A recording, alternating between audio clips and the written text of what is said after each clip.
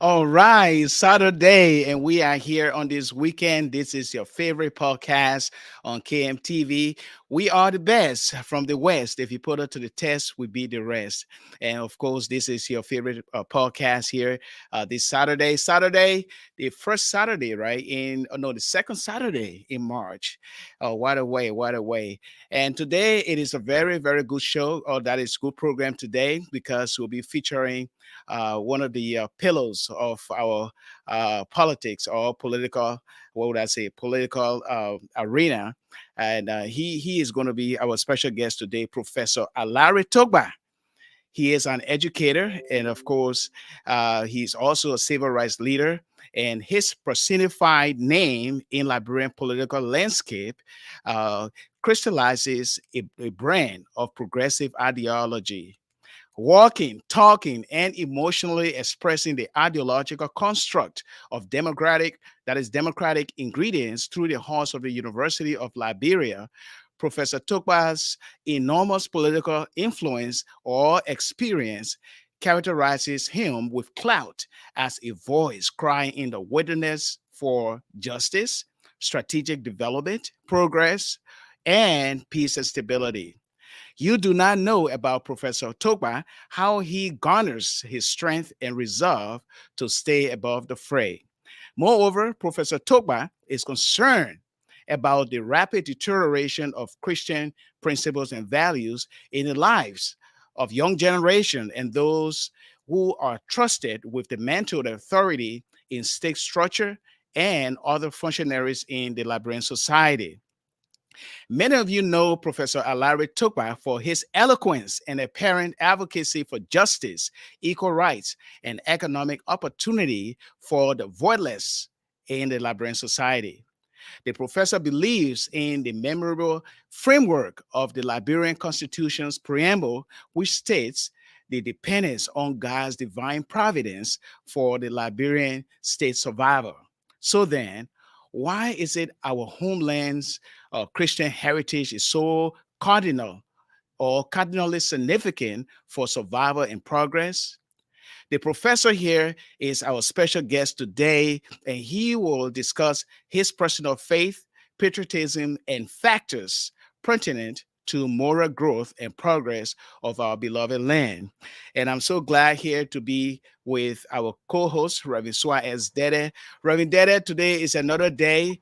And of course, as we always say, another day the Lord has made, and we will be glad in it. And we are glad to be here with Professor Alaric Tokpa, a renowned politician and advocate for social justice and everything that pain the Liberian people. Yeah. You so eloquently introduced a professor, our brother, who has been in Liberian politics for years now, from the 70s and university time, student leader at the University of Liberia. From there, he kept his attention on his focus on the Liberian state of mind in terms of politics, social, economic, and everything. And he continues to be steadfast in his advocacy when it comes to what he believes things should be in our country. And he's not afraid to call a spade a spade. He's not afraid to take you on if you go the wrong way. And he's somebody who you can count on. When I say count on, he speaks his mind. He believes in what he believes in. So we are glad to have him as our guest today.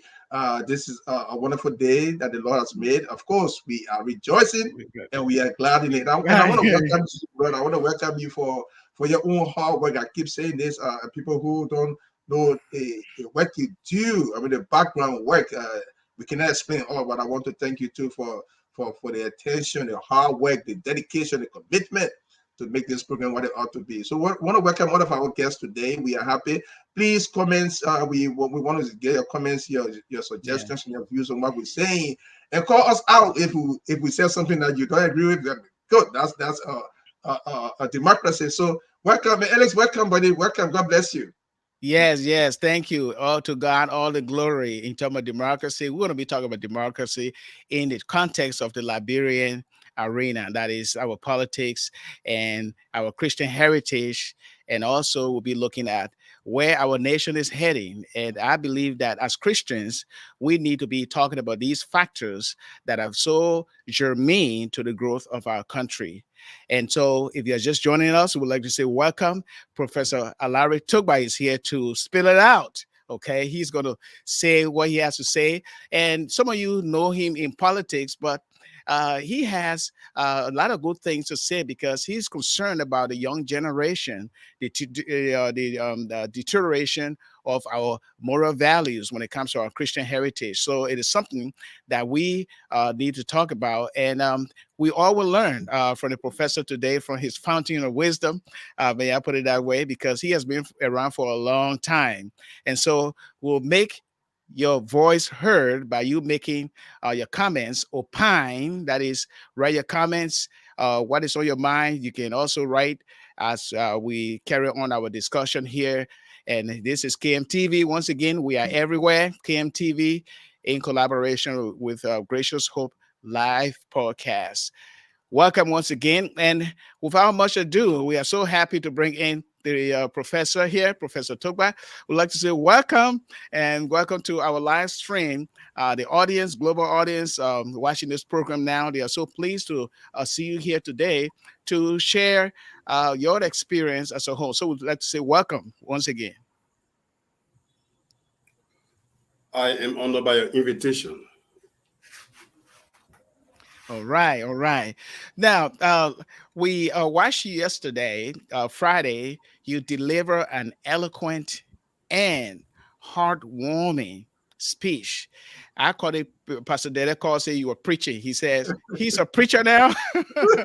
Now, and you said some things that were very, very, what would I say, heavy in a sense. They were very deep in a sense that those things reach to the core of our being as a nation state, okay?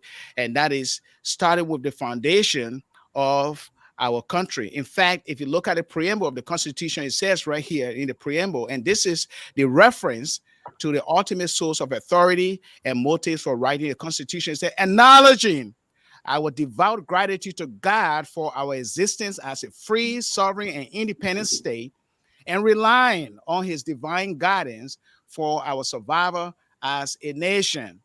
Now, it goes on right there to say, realizing from many experiences, that is reference to our ugly history, realizing from many experiences during the course of our national existence, which culminated in the revolution of April 12, 1980, when our Constitution of July 26, 1847 was suspended, that all of our people, irrespective of history, tradition, creed, or ethnic background, are of one common politic.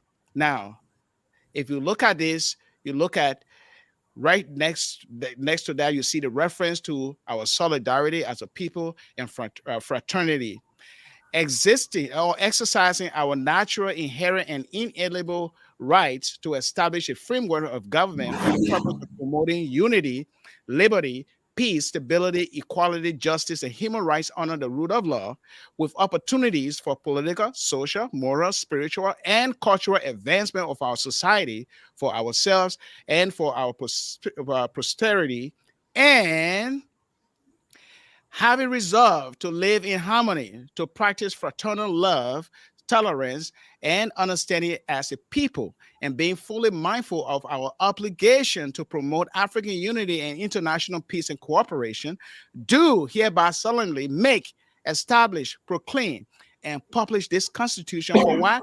For the governance of the Republic of Liberia. So we see right there, the preamble tells us that God is the one we depend on for our survival. And it is upon his gracious providence that we have a nation today. So where we are right now, Professor Tokpa, from your perspective, where are we as a country now? Let me thank you once more for the invitation and thank your audience for the honor of listening or coming to paying attention to what I have to say today. As you've just read, the preamble of our Constitution is very clear about the religiosity of the background of this country. Many have commented that, of course, Christianity was devised to be able to deceive the black people, the poor people of this world. Those concerns cannot be ignored because I know for a fact that Christianity has been misused in so many ways. Christianity was a peaceful arm of colonialism. There's no question about that. But religion is a private matter. When religion is elevated to the level of a constitution, it becomes a matter that the state has paid attention to.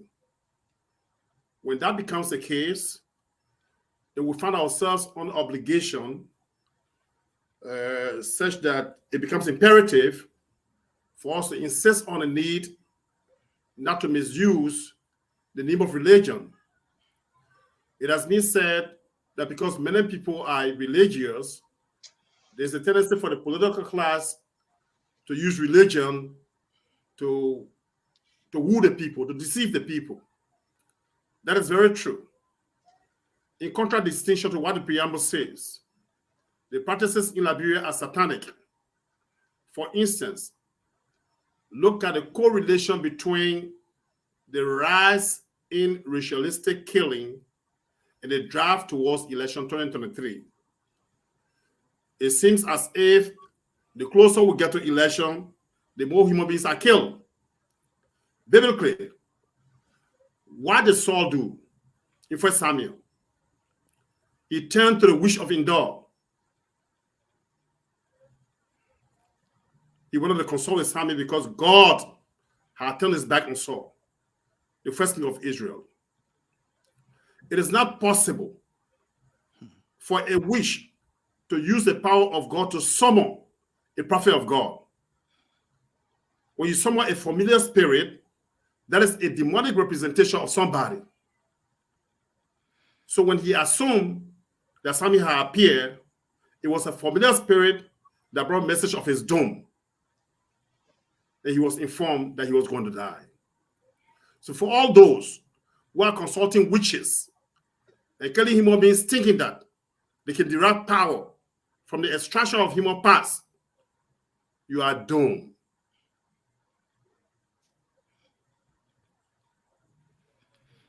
Yes, and that is very touching because we are all concerned about human sacrifice in our homeland. It means that if we look at just the preamble says one God, said not God, so God, God, capital G. And so if people are engaging human sacrifice from those that are trusted with state power to those in other functionary of society, then that is a big problem. Do you think that is also a contributing factor to the lack of progress in our country? Undoubtedly. Because that's false consciousness. Rather than paying attention to the state of security, the obvious, human beings need water to drink. Human beings need electricity, they need light. Human beings need for their children to go to school. They need food to eat. They need shelter. They need good homes.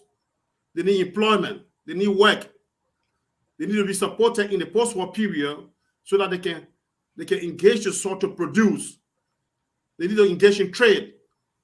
The enabling environment needs to be created for people to have the possibility and empowerment to engage in trade, very useful trade. Unfortunately, when you study the trade regime in Liberia, you found that the foreign community, international finance capital, is in control of this economy. And Liberians are beggars in their own economy. Liberians are slaves in their own economy. So they are all interconnected. If you do not pay attention to what you are required to do as a government administration to move your country forward, you will find all kinds of false ways to continue to establish your reign. And unfortunately, that is the wrong path. Exactly. I take interest in something you said. We just need a little clarity on that, and then we can move ahead. I heard you saying people use religion to woo people. People need a little clarity to see if we can go a little in depth of what you mean about that, using religion to woo people, maybe in that direction, so that people can get the clarity of what you're really saying.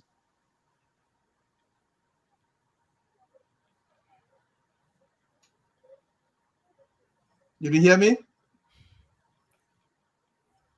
Yes. If I understand where you're coming from, if the Bible is clear about what we need to do, why do we preach what the Bible is saying and do the exact opposite? And there's a tendency for people to believe what they hear.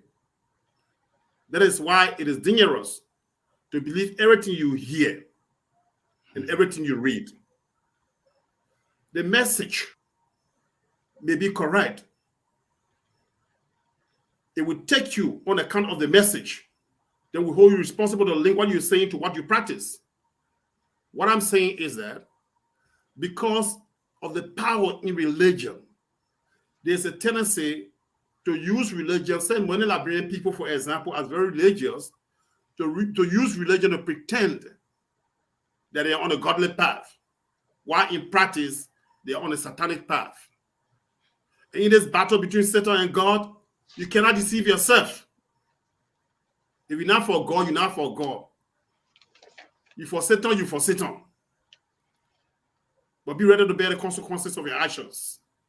The problem, the satanic rulers of this country are not being made aware of the consequences of their actions.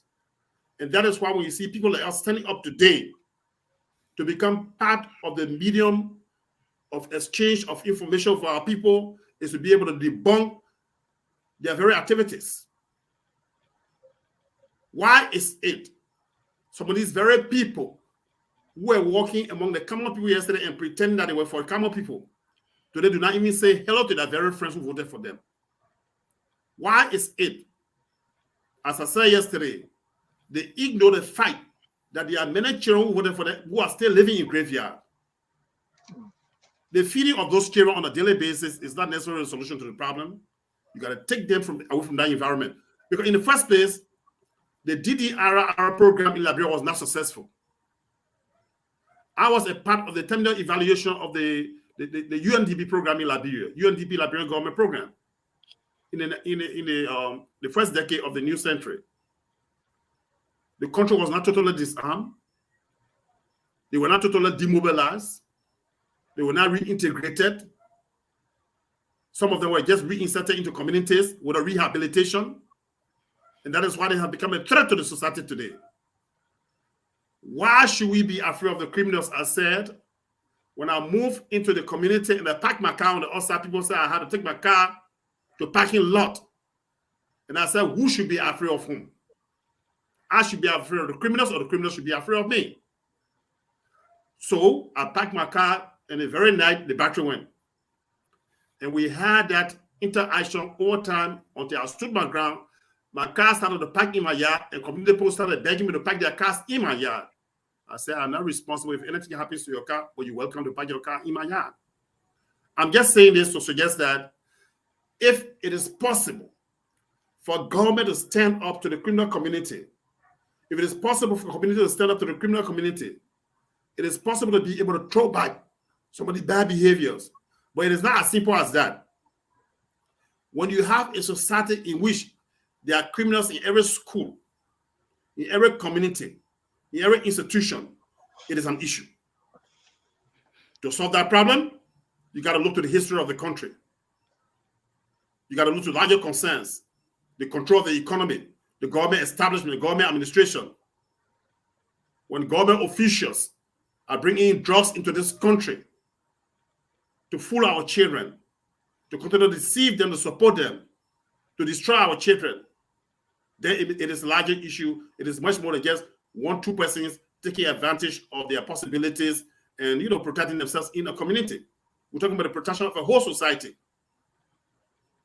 I'm just giving an example of the extent to which it is possible to be able to stand your ground in certain situations. But you have to be able to bear some pains, because my car windshield went. At one point in time, people were trying to enter the car to mess it up. Several times my battery went, and so many other things happened. But I kept my car in my yard. Professor, you gave a very strong, what should I say, allegation or accusation of government officials bringing drugs into the country. That is a strong one. We hear that in the media all the time, and we hear that from sources that are reliable. If they are not bringing drugs into the country, let them explain themselves. Why is it that it's impossible to stop the drug trade in Liberia? Who's bringing the drugs in? The users? And that obviously not. That is very troubling, and is a very major problem. And you alluded to a program for rehabilitation. I said recently that matter is being investigated. We'll get the information. We are going to release names of the officials that are bringing drugs into Liberia. Okay. Yes, you alluded to the rehabilitation of those who fought in the war. They were disarmed, and they were given some incentives, buying guns for money or whatever they had to appease them. And that, according to you, that program did not work out. Can you hear me? Can you hear me now? Are you hearing me? Reverend Dede, can you hear me? Yeah, I can hear you. I can hear you. Off and on, but you talking about rehabilitation? Yeah. You alluded to some of the fighters in the past. You're breaking, but I can hear you off and on. Okay, good. Some of the fighters in the during the past conflict that during the war, his streaming gone off the line. But if you're just joining us, this is the Gracious Hope Live Podcast. We are here with Professor Alaric Tokpa, an educator, civil rights leader, and of course, he has been in the political arena for years.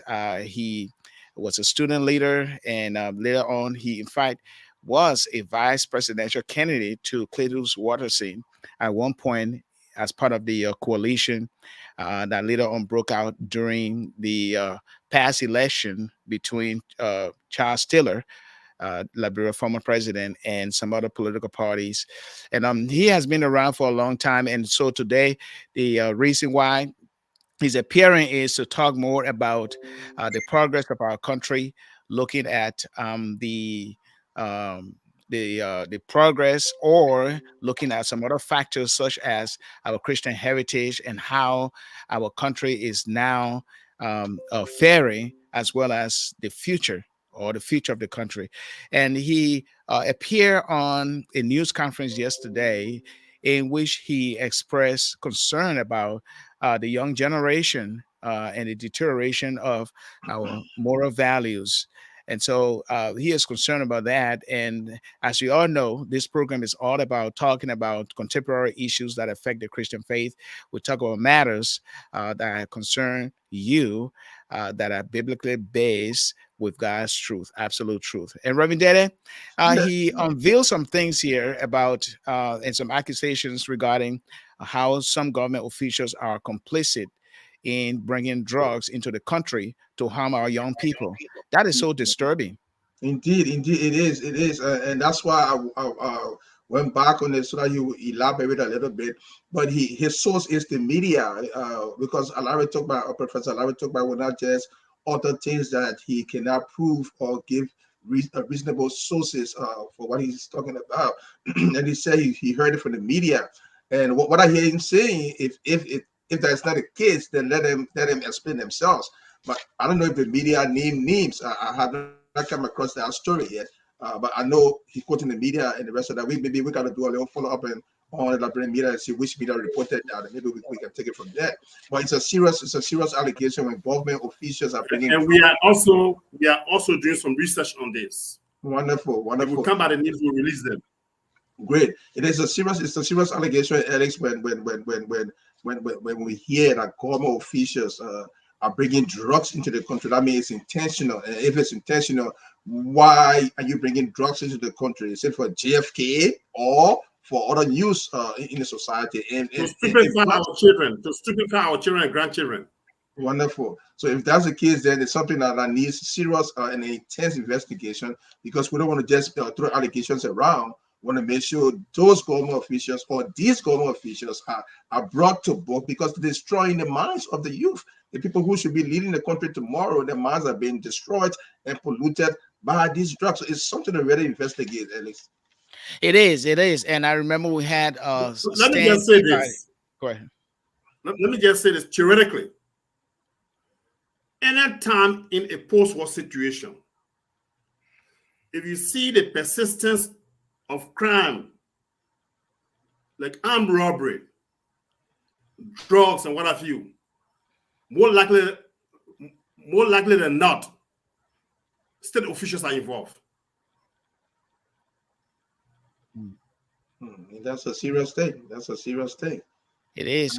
So from your experience so far, I mean, you grew up in the 70s. You should not even romanticize it. Because why is it that they have not taken the fight against drug very seriously in this country? Why are they not taking the fight very seriously? Mm-hmm. If they're not benefiting from it. When the allegation was made in the media recently by people in the communities that Mr. Jacques Klein is a leading trader in the selling of dead bodies to fishermen, why is the government not explaining itself in that regard? Why is the government hesitating to clarify these things? And why is the government not making a serious statement about the rape issue in this country? The rape of 2-year-old. Is it not true? Sorry? Yeah, from can you hear me very clear? If you are hearing me, I'm saying, why is the government not making clarification of the rape issue in this country? That's a good question. That's a very serious question.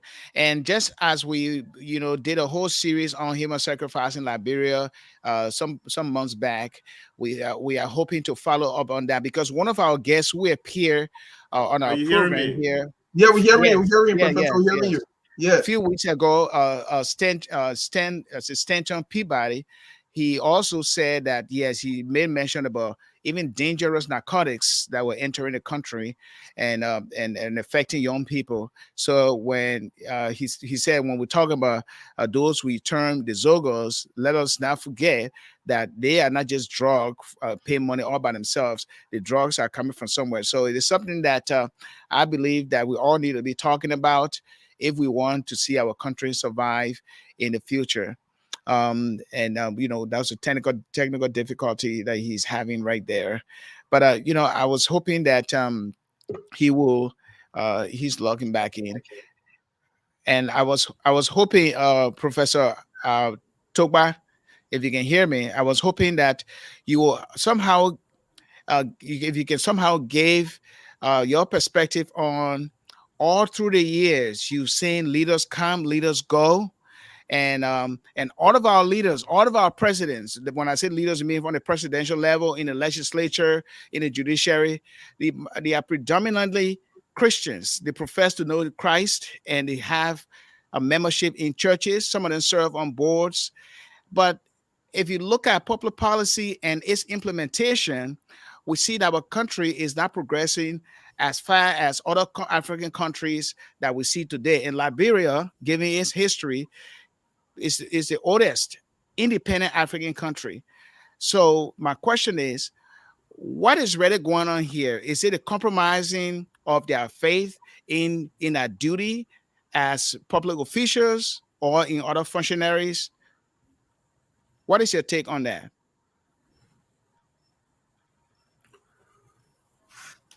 But governments operate on economic principles. When the economy is good, the politics is good. When the economy is bad, the politics is bad. The government does not have plan. It will operate on expediency. It will become aimlessly distracted. Such as the weird government, it came to power without plan. When the young people asked me in the early days of the government, I said to them, government like this do not operate on plans. And it came to pass that the government did not have any plans. When people insisted, before they evolved a policy, because the media had lifted a phrase from weird speech, but they don't even understand what proper policies are.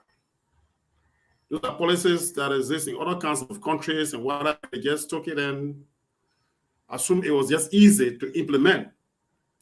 When they don't have the correct ideological mindset, it is a question of principles. When you don't have the correct ideology, the correct principles, the correct plan, and a will to implement, it is impossible to move ahead with any correct project in a country like this. So then what will you tell those critics who always criticize the progressive? They have all of the ideologies, they talk about, they eloquently express how government is corrupt and how government is not doing what the people should be experiencing. But at the end of the day, the progressives are out, and those who are in power or in the authority are far away from those progressive ideologies. How do you reconcile that? In other words, some people say, well, politicians, they just talk. They don't do anything tangible. What do you tell those people? Or what will you say is the difference between having the ideology or concept about implementing certain things, but it is not working? Electricity here, if you can't see me. Electricity is gone. If you see my background, that's a lot of electricity here. We can hear you. We can see you. We can still see you. We can still see you a little bit, but you can talk. You can go ahead. Yeah, it's a voice we want. The voice and the contribution we want. Yeah, it's just unfortunate, really. It's just unfortunate we can see live the issue of electricity. I will tell them to give the progressives power, because it is said that practice is the criterion of truth. Give us power and see what we'll do with it. Will it be experimenting with our... Yeah, go ahead. You cannot experiment with a country. These liberal democratic market principles they're experimenting with do not help Africa to move forward. They should have known that by now. But how many of them understand the political economy of Africa? Even the political economy of Liberia or the politics of the international economy? Hardly any of them. So if they want to see the capacity of the progressives to deliver to our people, let them give us power. Why do you think some of them are very afraid to allow genuine progressives to come near them when they're in power? Because there will be policy differences. We do not agree on the way in which people have controlled Liberia. Of course, we have different ways to control our country. We are able to draw up programs and work with our people in this country to be an example of serious development in Africa. The opportunity we found for ourselves. We don't need people to give it to us, because we're going to make sure that Mr. Weah will be given a red ballot. He will be made a one-term president. Political parties in the opposition are coming together. We are coming together. A broad alliance is being formed in Liberia, and you will hear that very soon. But the whole thing about coming together, coalition, we know there was a coalition together, and then later on they all broke out because of ego, personal ego got in the way. The Christian values and principles we are talking about was never put into practice, and there was fragmented argument about who should do this and who should do that. So the Liberian people are very apprehensive to give even any political authority to those who have been arguing using ideological considerations. What do you tell those people?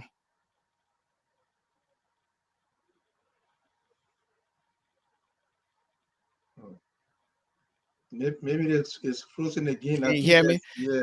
I think there's Yeah. some technical issue back with his Yes. internet. Yeah, Yeah. and Technical issue.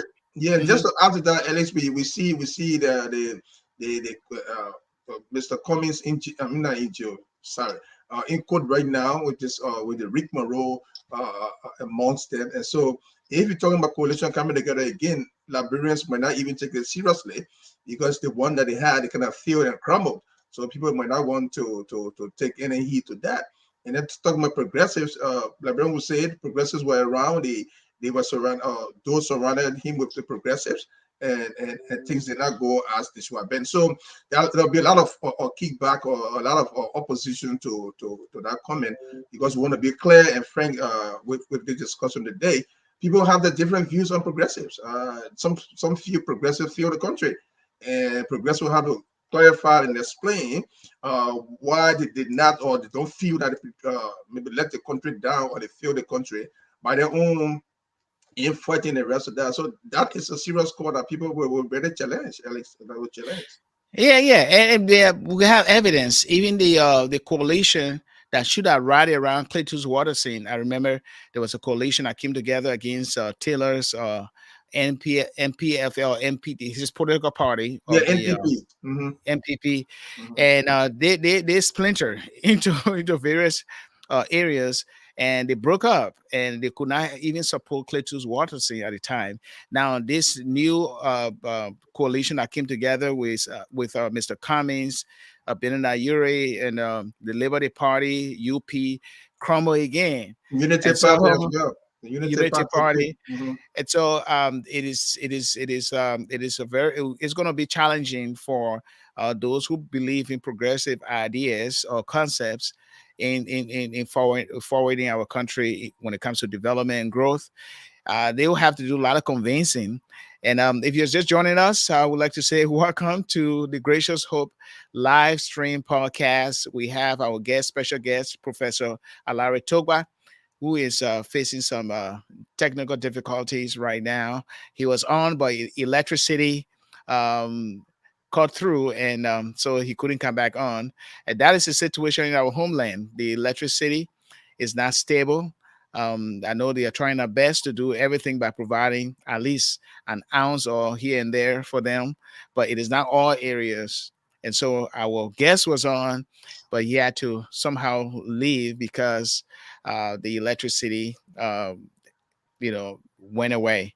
Yeah. But we are discussing, and we're going to get to the other nitty gritty, some other tough questions that I had, but he couldn't continue because of the problem, electricity problem. But this is how it is, because he talked about drugs being flowing into the country, and the young people. He's worried about the young people future, the young people's future, and how will we have a nation or a country that is viable in the future when the young generation is being drugged and are deprived of some of the principles that we're talking about upon which the country was founded, those values, the Christian values and principles. And it's going to be a tough one, Reverend Dede. Yeah, certainly. And he talked about the political economy, and I really wanted him to explain that a little bit because not everybody understands what this political economy is, and he also mentioned you cannot experiment with government. That's true. So what does it mean to experiment with government? Is it a trial and errors? Is it trying one thing and then if it fails, you try the other one? Everybody, one of us are gullible. Human beings are gullible, so there will be errors along the way. But if the errors are not intentional and there are intentional efforts to correct correct the errors. That's what we want to see in our leaders. So, but if we don't see the intentional efforts to correct the errors in the society, in the government for good governance, then we say our government leaders are not paying attention to what the needs in the country are. And right here on air, we see the issue with electricity. I would not say government is not trying. I saw some videos the other time, the president lighting street lights. I mean, those are good things, but if people are not getting electricity in their homes, a glaring one we just saw, and then the social life of the people would not be a quality life of the people. So while we see the government is making effort in other ways, we're not government spokesmen here, but we just want to be honest with ourselves. But there needs to be serious, constructive efforts in making sure that the society get social structure and they need water, light, and the rest of that, so that their way of life can improve to a large extent. Other than that, people keep criticizing the non-effort of the government. When the government, from what we see sometimes on videos around, the government is making its own effort, but are the efforts substantive enough for people to benefit? That is the question, Ellis. Yeah, that is a question, and there's a lot of puzzling things that we heard today, and I know he had more to say, and we have a lot of other questions too to ask. But we are so disappointed that the electricity problem. He texted me just now stating that he's trying to get in, that is to come back in the studio, but he's not being able to. For the same reason of electricity, and hopefully he's asking if we could redo this. Sure, why not? Yeah. Because we still like to hear from you. But Ellis, Okay, so if go we ahead. redo the show, wouldn't we have the same problem? Because who knows if we do the same problem, but we can Yeah. always redo the show because he has a lot to offer. And we have a lot of follow-up and questions we really need him to comment on for clarity for our people. So we hope we can have it again because we're missing a whole lot right now from his absence. Yes, we'll be right back. Please don't go away.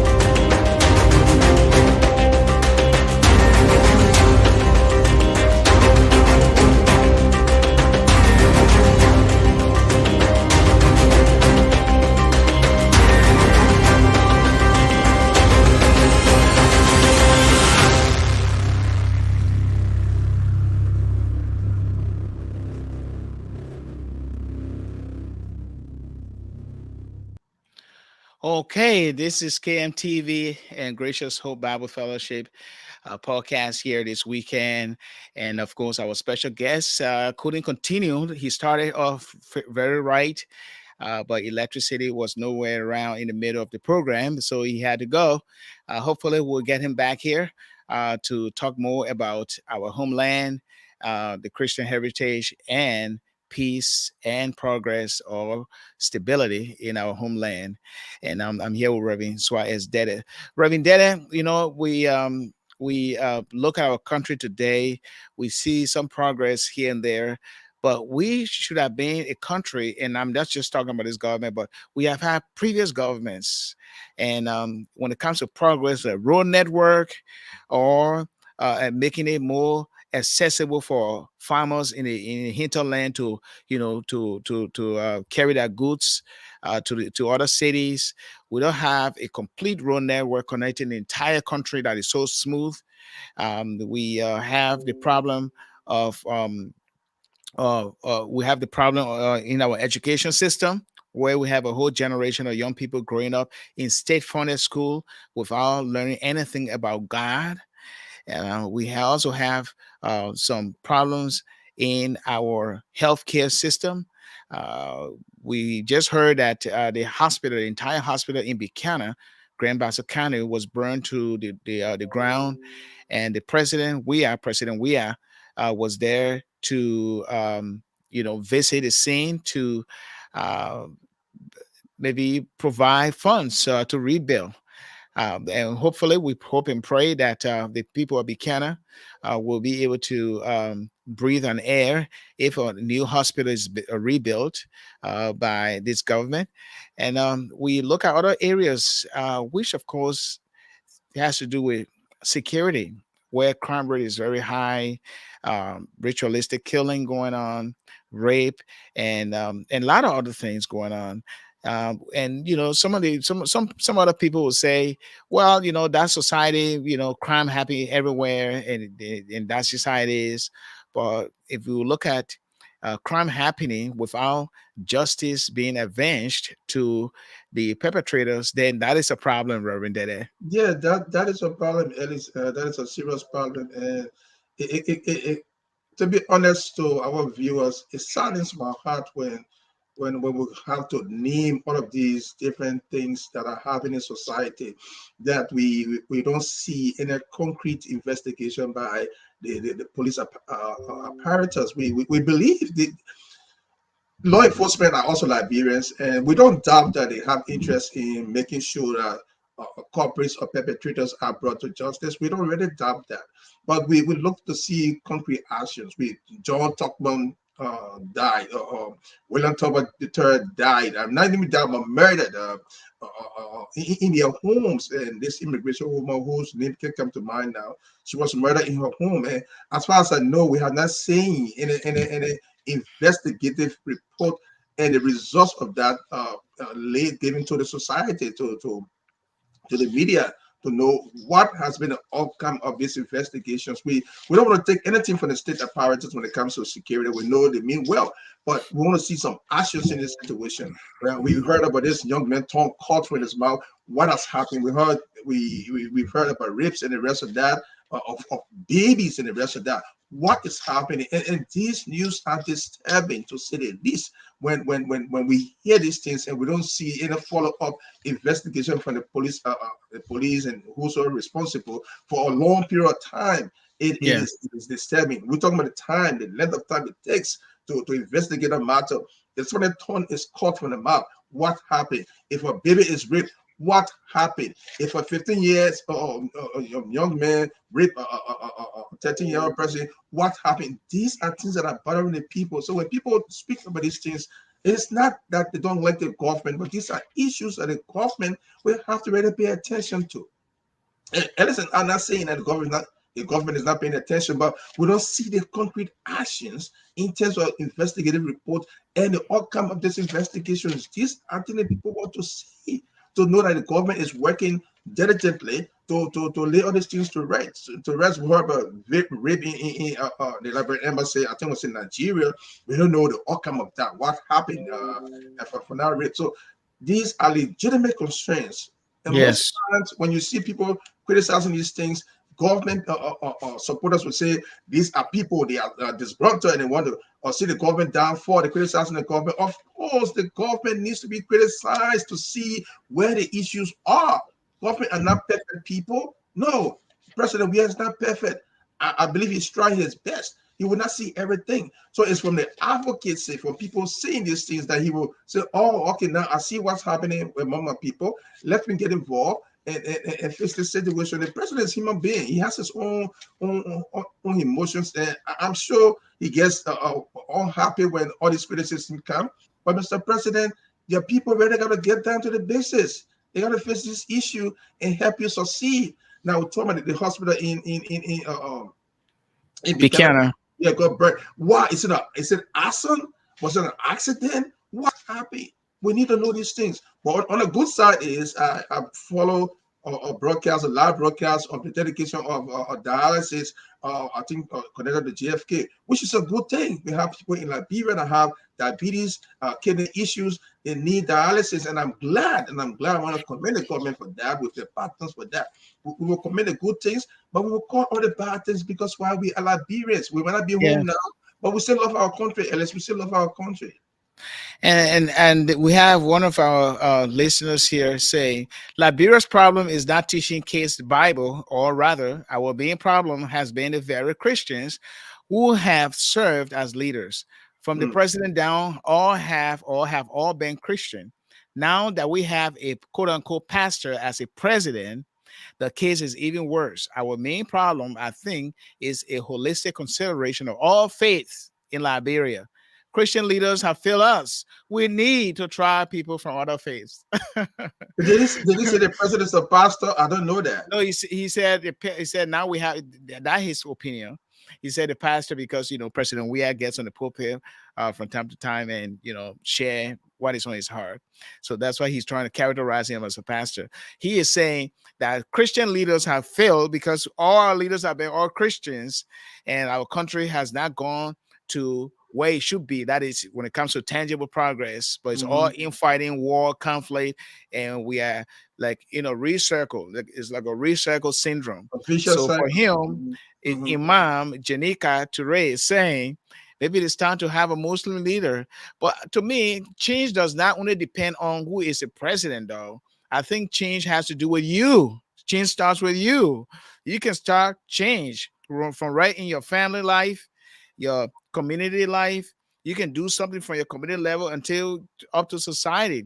So when we're talking about change, changing the nation for progress, tangible progress in Liberia, where we have experienced war and all sort of pandemic, it is time that we have to look within ourselves. What are we doing? It's good to criticize. It's good to say all the worst thing that is happening, things that we are lack of. But then the question goes back to you. What are you doing in your Exactly. immediate environment? What are you doing to Exactly. bring progress or change in our society? You see, Exactly. and for me, I'm not really a fan of me depending on government to bring change. You know why? Because Mm. my allegiance is not to government, my allegiance is to God, the sovereign God. That's our constitution. We are obligated to obey that. The Constitution says from the beginning that only God is the one who's established a free sovereign state, and based on his divine grace and providence that we survive. So in order to survive, I must first turn horizontally, right? No, vertically. Vertical, Vertically vertical, yeah. first. Then before I turn to my brother and my sister with Yeah. love and compassion and kindness and patience and learn how to forgive. Because some people all through the entire war, people who harm their family members up to now, they haven't forgive them. Mhm. And they whine and they want to do everything possible to avenge that, and they need justice. And I totally get it. Okay. But we cannot rehabilitate the entire country and say, well, it is all on the shoulders of the government. Government is not government. Just is just an actor. It's just a structure that is put there by your vote to implement the law. So when we talk about government, the definition of government is legal force. That's what I mean, legal. Okay, they implement to protect you because you put them there to create an enabling environment so that investors can come, the economy can grow, so you can work and get paid and take care of your family. They then provide you rights to have your own space, your own land. So those are all constitutionally mandated duties and responsibilities of the government. So the government, they are human beings like us too, yes, but they are not there to spoon feed you everything. So when we're talking about change here, tangible change starts with you, with me. You see? And so that's a mentality or attitude that we all should develop from now on. So it's not a matter of who is in the executive mansion, it's a matter of who you put there because it is your vote.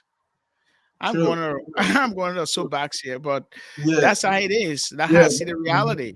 That's true. But the thing, Alex, is the government has a pivotal role to play, a big role to play. Like for instance, you talk about the agricultural sector initially in passing. Now, you need farm to market roles for the people to take their produce from the Yes. farm to the market. So who's going to make and provide those infrastructure? It's the government. Yes, the community can come together and build their own role or self-help projects. When the government facilitates, the government gives the wherewithal for the people to do what they have to do.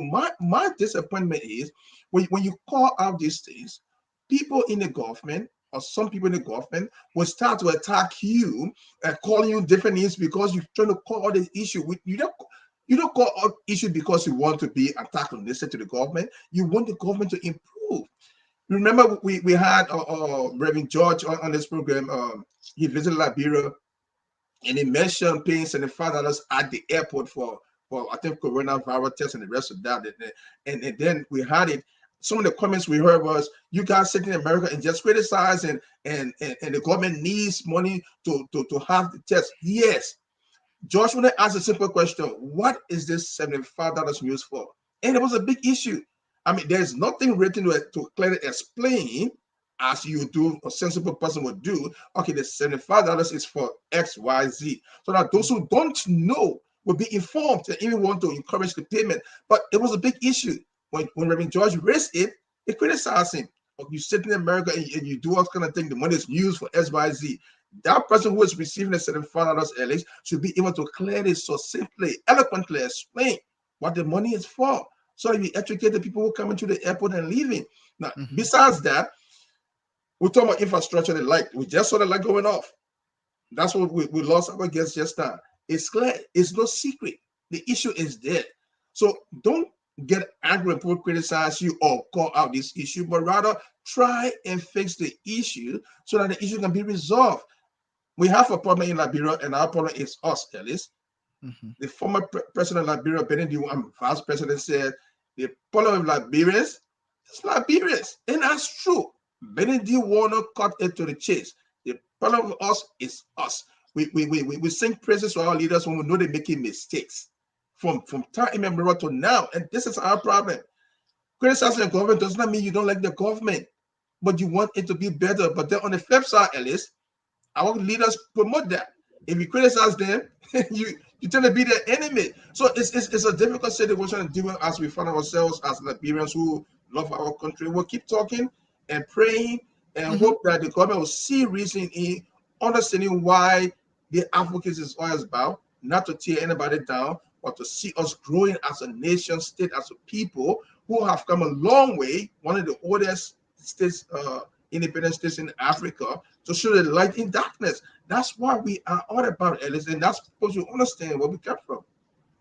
Yeah, and I totally agree. The government has its constitutionally mandated duties and responsibilities to carry out, and they should do so to the fullest when it comes to managing the coffers from taxes and other revenues that that the government should be using for developmental purposes. But again, our guest, Professor Tokpa, he mentioned about policy. Policy is important, and that's where the ideology come in, because without the idea, the concept of developing a policy and squarely looking at what you want to implement this policy for, without the plan, then you will fail. And so if we want to see our country develop to the point where everybody is giving an equal share to have the opportunity, whether they learn a trade or career on the much lower level or community level or at a university level, to have a job ready for them when they're done.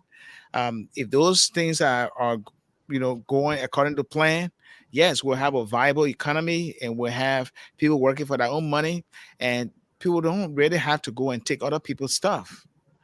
And so both the economic development goes hand in hand with the same as having a stable country where everybody can feel safe as a whole. And most of those people who commit crime, I'm talking about burglary, robbery, they are young people. They don't have anything to do. They don't have anything to do. They don't have any guidance. And so they resort to doing those things because they need money to take care of themselves. When no job, that's what they do. And it is a problem. It's a serious problem. Like we talk about the issue of the Zogos. These are young people in the society. Did we let them down? That's the question we should ask ourselves. Did we let them down? Some of them are ex-combatants. Professor Alaric Tokpa mentioned that. These are people who fought war. The disarmament process did not go through as it should have been. So these guys were not disarmed and totally rehabilitated. So maybe this Yeah. is a question. So then we feel them. So some extent, yes, we feel them. Okay, but does that give them the reason to just cause problems sometimes? No. So we have to give and take to be able to face ourselves. This is our part of our issue. If we did not properly erect and prepare these young people to be reintegrated into society, we blame ourselves for that. So what Yes. is the government doing now? I don't know to the extent to which Senator Dillon program goes. So I'm not going to go too much in that until we maybe have him on this program to explain his own involvement in rehabilitating the Zogos and reintegrating them in the society. That would be Hmm. another program for itself. But the point I want to make is that we have failed ourselves, and Ellis is making a point, and I kind of agree to that. We have failed ourselves to a lot of extent by overlooking things, not paying attention to things, and then it blows out of our hands, and then we complain. Let me give an example. I go back to the issue of these quote unquote, I hate to call them Zogos, but that's the only name I call them unfortunate young people. That's what I prefer calling them. If we really pay attention to them and start to see them as human beings and cater to them and have programs for them, that will make them feel that, oh, we are not forsaken, not forgetting by our people. And they begin to see what the society means for them. I'm sure they will have to turn around. We have Bishop now on this program. He told us how he related to the Zogos, the unfortunate young people, and how they responded by the response to him. This one need love. Okay, they have their problems. Yes, they are wayward, but they have needs. They are human beings, for God's sake. Let there be programs that will really reach out to them so that they see that, oh, the society has not forgotten us, so that we can pay attention to society and make sure we make amends and change our ways. That's what it is. Now, everything Yes. can be government unless you read. Everything cannot be government, but the government has a big role to play in facilitating these things happening. That's the point I want to make sure we understand. When I say we, our viewing audience and the rest of that, we understand, because we cannot put all the blame on government. No Yes. way. We can do self-help projects as well for our society to boom, to improve, and the rest of that. Professor Alaric Tokpa talk about us not taking things for granted. In other words, we cannot fool ourselves. We cannot pretend that this problem do not exist. They do exist. But how we deal with them is what counts. Seriously. That's true. That's true. And this is how we conclude our broadcast for today. Gracious Hope Livestream Podcast on KMTV. We'll be back here next week, Saturday, the same time, 9 p.m. Liberian time. That is the GMT time zone, 4 p.m. Eastern time, and 3 p.m. Central time, and 1 p.m. Pacific time. Reverend Dede will be here tomorrow with his Bible teaching. Tomorrow, 5 p.m. Eastern time. Remember, you got to push your clock ahead, 1 hour ahead. Yeah, yeah, Okay. yeah, So yeah. midnight, push your clock 1 hour ahead, because here comes spring, my favorite weather or season.